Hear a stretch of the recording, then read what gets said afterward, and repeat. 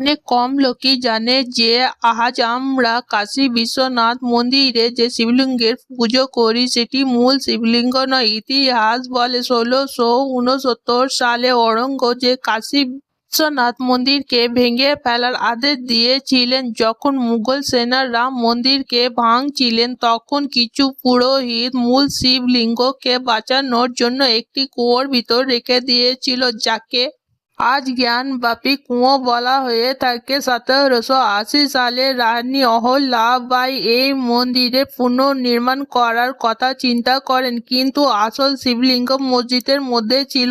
একদিন ভগবান শিব স্বপ্নে অহল্যাবাইকে বলেন, আমার মূল রূপ সেখানেই থাকবে, আর যে শিবলিঙ্গ নর্মদা থেকে তোমার আঁচলে আসবে সেটা আমার প্রতীক হবে। পরের দিন নর্মদায় স্নান করার সময় একটি শিবলিঙ্গ তার আঁচলে এসে থেমে যায়।